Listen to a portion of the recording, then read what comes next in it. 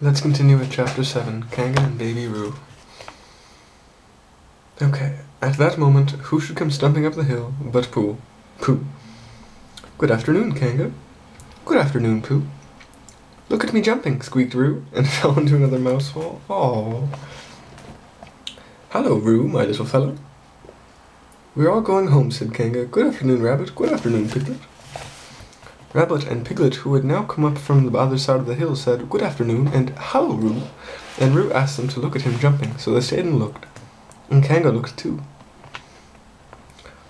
Oh, Kanga, said Pooh after Rabbit had winked at him twice.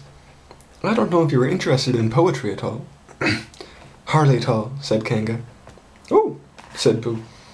Roo, my dear, just one more jump, then we must go home. There was a short silence while Roo fell down another mouse hole.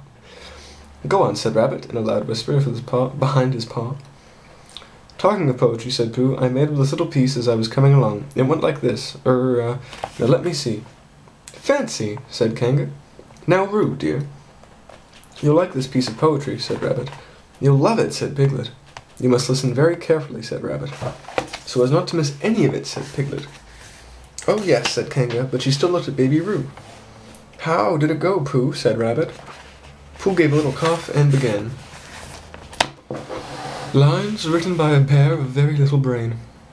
On Monday, when the sun is hot, I wonder to myself a lot. Now, is it true or is it not that what is which and which is what? On Tuesday, when it hails and snows, the feeling on me grows and grows that hardly anybody knows if those are these or these are those. On Wednesday, when the sky is blue and I have something else to do, sometimes wonder if it's true that who is what and what is who. On Thursday, when it starts to freeze, the hoarfrost wrinkles in the trees, how very steadily one sees that these are whose, but whose are these? On Friday, yes, isn't it? Said Kanga, not wanting to hear what happened on Friday. Just one more jump, Roo, dear, and then we really must be going. Rabbit and Pooh gave a hurrying sort of nudge. Talking of poetry, said Boo quickly, have you ever noticed that tree over there? Where? Said Kanga. Now, Roo. Right over there, said Pooh, pointing behind Kanga's back. No, said Kanga. Now jump in, Roo, dear, and we'll go home. You ought to look at that tree right over there, said Rabbit. Shall I lift you in, Roo? And he picked up Roo in his paws. I can see a bird in it from here, said Pooh. Or is it a fish? You ought to see that bird from here, said Rabbit, unless it's a fish. It isn't a fish, it's a bird, said Piglet. So it is, said Rabbit. Is it a starling or a blackbird, said Pooh.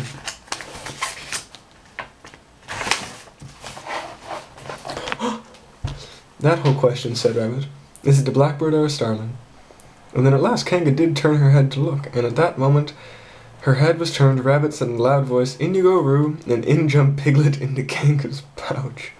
Oh, and off scampered Rabbit with Roo in his paws as fast as he could.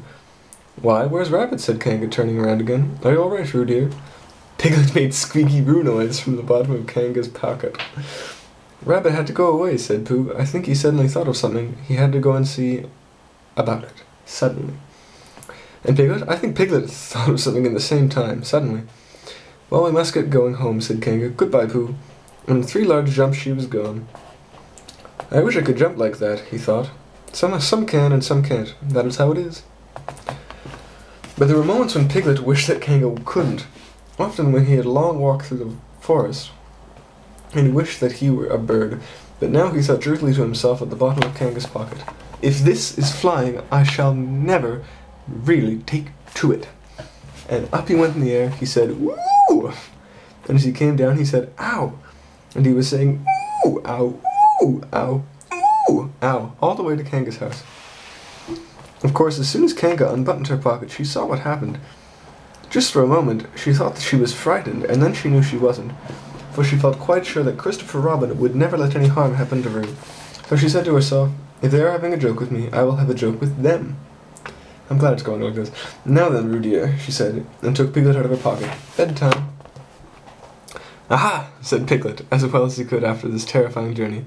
But it wasn't a very good aha, and Kanga didn't seem to understand what he meant. Bath time, said Kanga in a cheerful voice.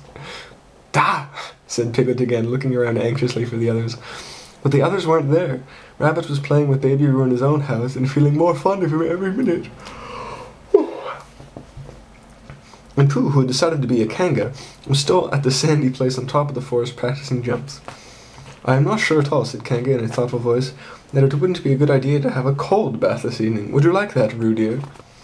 Piglet, who had never really been fond of baths, shuddered in a long, indignant shudder, and said in a brave voice as he could, "Kanga, I see the time has come to speak plainly." This is fantastic. "Funny little Roo," said Kanga as she got the bath water ready. "I am not Roo," said Piglet proudly. "I am Piglet."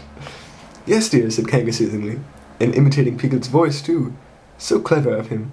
She went on. She took a large bar of yellow soap out of the cupboard. What will he be doing next? "Oh, goodness. Can't you see?" shouted Piglet. "Haven't you got eyes? Look at me." "I am looking, Roo dear," said Kanga rather severely. "And you know that I told you yesterday about making faces. And if you go on making faces like Piglets, you will grow up to look like Piglet. And then think how sorry you will be. Now then, into the bath, and I don't let me have to speak to you about it again." Oh my god. And before he knew where he was, Piglet was in the bath, and Kanga was scrubbing him firmly with a large, leathery flannel. Okay, love. We're going to continue this story tomorrow. This is fantastic. I've got a couple of pictures here. This is Piglet bounding along in Kanga's pouch. I absolutely love this one. Here's Piglet saying, "Aha!" to Kanga. Also wonderful. There's Pooh practicing being Kanga. And of course, I love this one. There is Piglet being scrubbed in the bathtub. Oh, these are such fantastic pictures. I love Piglet. Piglet is my favorite character in this entire book. Well, love, I love you dearly. Sleep fine, keep calm, find a llama, carry on. And don't pretend to be a llama, or you might get a bath. I'll talk to you soon. I miss you terribly, and I'll be home so soon. I love you, Christy. Good night.